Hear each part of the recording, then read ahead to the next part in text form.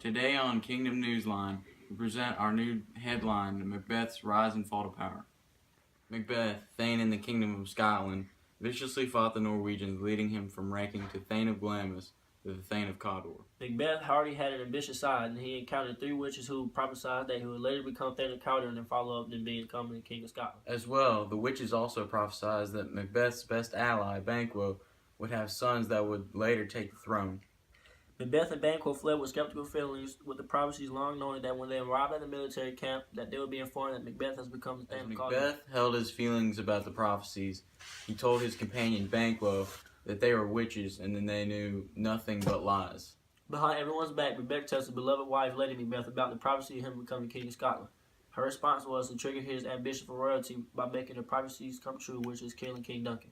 This creates the fate versus free will theme. Macbeth said that he will become king without intervention. The witches, being deceitful, know that Macbeth will take matters into his own hands to become king because of his ambition. Macbeth and Lady Macbeth planned to kill King Duncan that very night at Macbeth's castle Iverness. They invited the king and the Thanes to dine at Iverness. They later said they could all stay the night at Iverness so he could have a shot at killing King Duncan. Reality versus appearance plays a big role in disguising their acts to try to kill Duncan. Lady Macbeth advises Macbeth to act as a kind-hearted noble servant.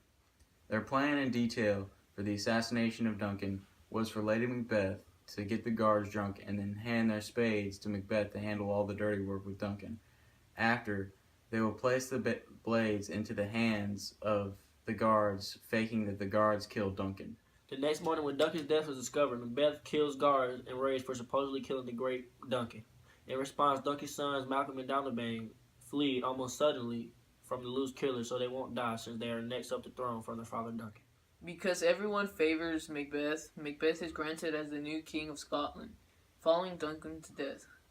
Thanes such as Macduff choose not to go in order to apply that they do not support the new Scottish ruler, Macbeth. The new King of Scotland, Macbeth, fears the witches' prophecies becoming true of Banquo's sons becoming king. Banquo hires three murderers to kill Banquo and Fleance. They only kill Banquo. Fleance escapes and has Macbeth and insecureness because of him still being alive. Later at the feast, Macbeth, in presence of great nobility, spots the ghost of Banquo. He yells and screams at Banquo, telling him to go away, which startles his guests and makes them more skeptical of Macbeth and his credibility. Lady Macbeth doesn't know that Macbeth just had Banquo killed.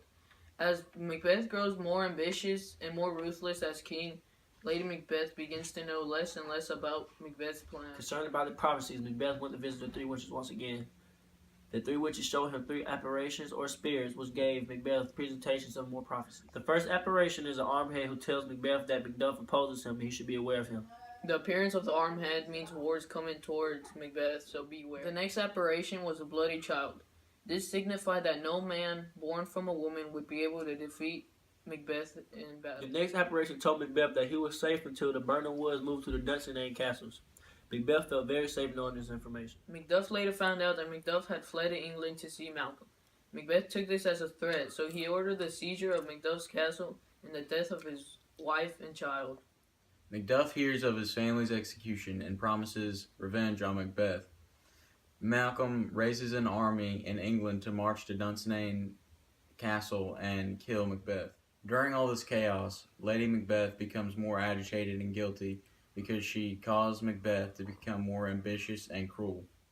Lady Macbeth can't sleep and she always keeps a light by her side. Sleep represents innocence, so she feels guilty. Lady Macbeth committed suicide from guilt. Macbeth felt that life became pointless, but that wasn't enough to stop his ambition. Macbeth fortified Dunsinane and ready for battle. When Malcolm and his soldiers were marching towards Dunsinane Castle, Malcolm ordered his soldiers to cut off the tree branches to Burnham Woods. This so Macbeth can receive inaccurate reports about Malcolm's military numbers. This scares Macbeth, knowing that the witches' prophecies were about to come true. Despite his tremendous losses, Macbeth fought valiantly and violently on the battlefield. Malcolm's English forces gradually outstood Macbeth's forces. Macbeth and Macduff eventually saw each other on the battlefield. Macbeth tells Macduff about his prophecies of not being able to be killed by any man born from any woman.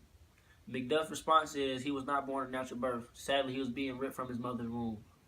While Macbeth was being slain, he realized that the witches' prophecies were coming true. We've retrieved some footage of Macbeth and Macduff fighting on the battlefield.